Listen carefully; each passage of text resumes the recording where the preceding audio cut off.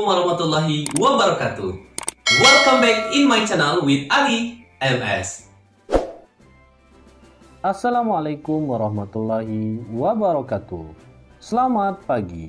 Baik, pada pagi hari ini kita akan belajar materi pembelajaran PKKWU atau sering disebut dengan Produk Kreatif dan Kewirausahaan, terkhusus kelas 11 jenjang SMK SMA di semester yang pertama. Materi pembelajaran yang akan kita bahas hari ini yaitu bab 3 dengan judul materi Hak atas Kekayaan Intelektual di pertemuan yang ke-11. Kompetensi dasar pembelajaran yang akan kita bahas hari ini yaitu 3.3 memahami hak atas kekayaan intelektual dan 4.3 mempresentasikan hak atas kekayaan intelektual.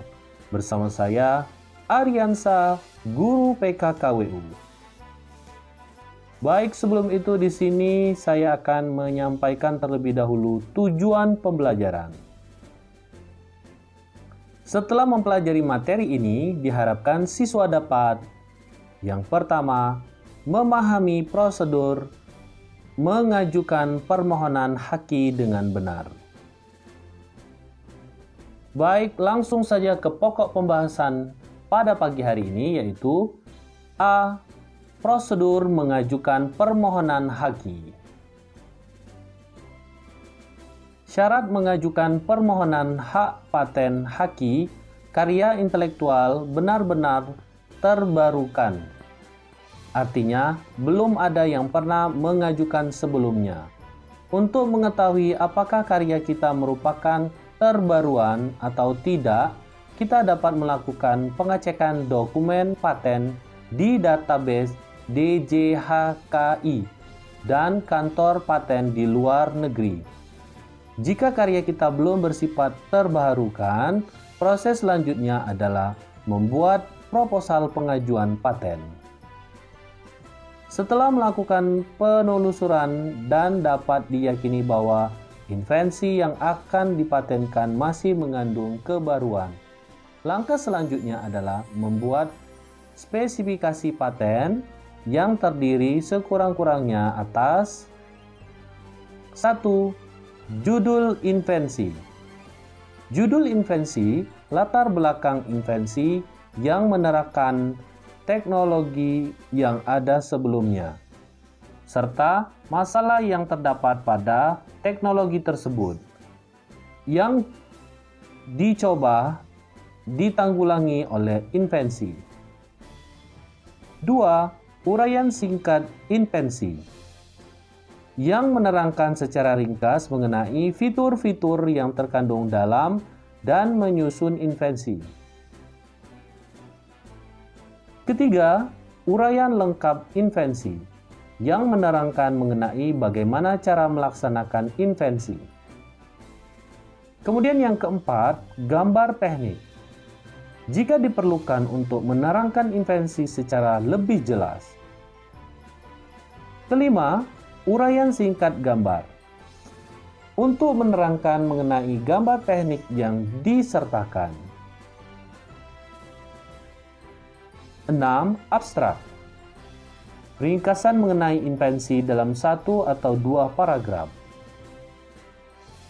Ketujuh, klaim yang memberi batasan mengenai fitur-fitur apa saja yang dinyatakan sebagai baru dan invensi oleh sang investor, sehingga layak mendapatkan hak paten.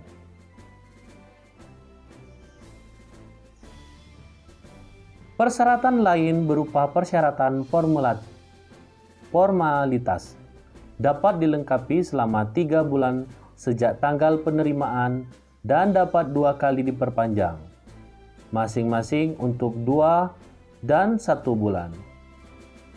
Persyaratan formalitas tersebut adalah 1.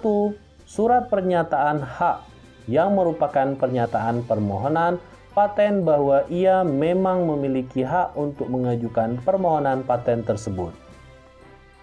Yang kedua, surat pengalihan hak yang merupakan bukti pengalihan hak dari investor kepada pemohon paten jika investor dan pemohon bukan orang yang sama. Ketiga, surat kuasa jika permohonan diajukan melalui kuasa. Keempat, fotokopi KTP atau identitas pemohon jika pemohon perorangan. Kelima, fotokopi akta pendirian badan hukum yang telah dilegalisir jika pemohon adalah badan hukum. Yang keenam, fotokopi NPWP badan hukum jika pemohon adalah badan hukum. 7. Fotokopi KTP atau identitas orang yang bertindak atas nama pemohon badan hukum untuk menandatangani surat pernyataan dan surat kuasa.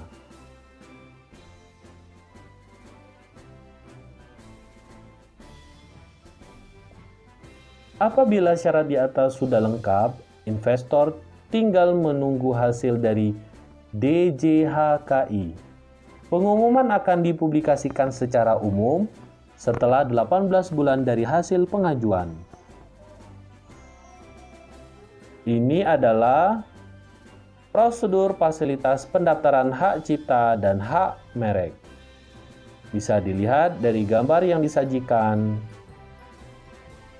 seperti KUMKM menuju mengajukan permohonan ke Deputi Bidang Produksi dan Pemasaran atau SKPD DI Provinsi yang membidangi KUMKM.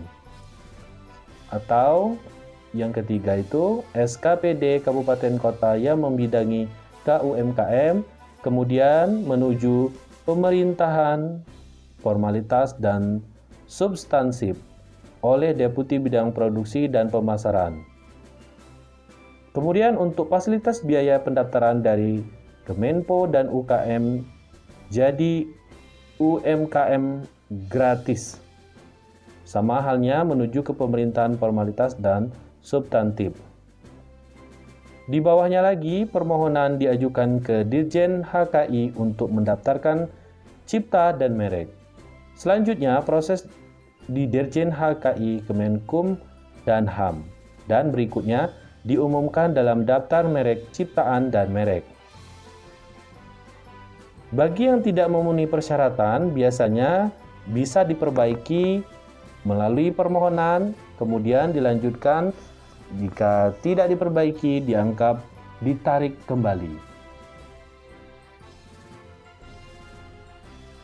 Baik, itu saja penjelasan materi hari ini. Di sini Bapak sudah menyediakan latihan soal sebanyak 5 buah soal, yang mana masing-masing jawabannya ada keterkaitannya dari penjelasan awal materi sampai akhir materi hari ini.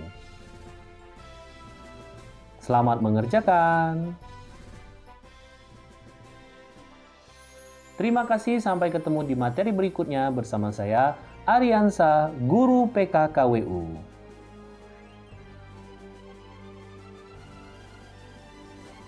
Baik, jangan lupa untuk like, share sebanyak mungkin di sosial media kalian, dan yang pastinya jangan lupa untuk subscribe. Oke, thank you for watching and see you on my next video. Bye-bye.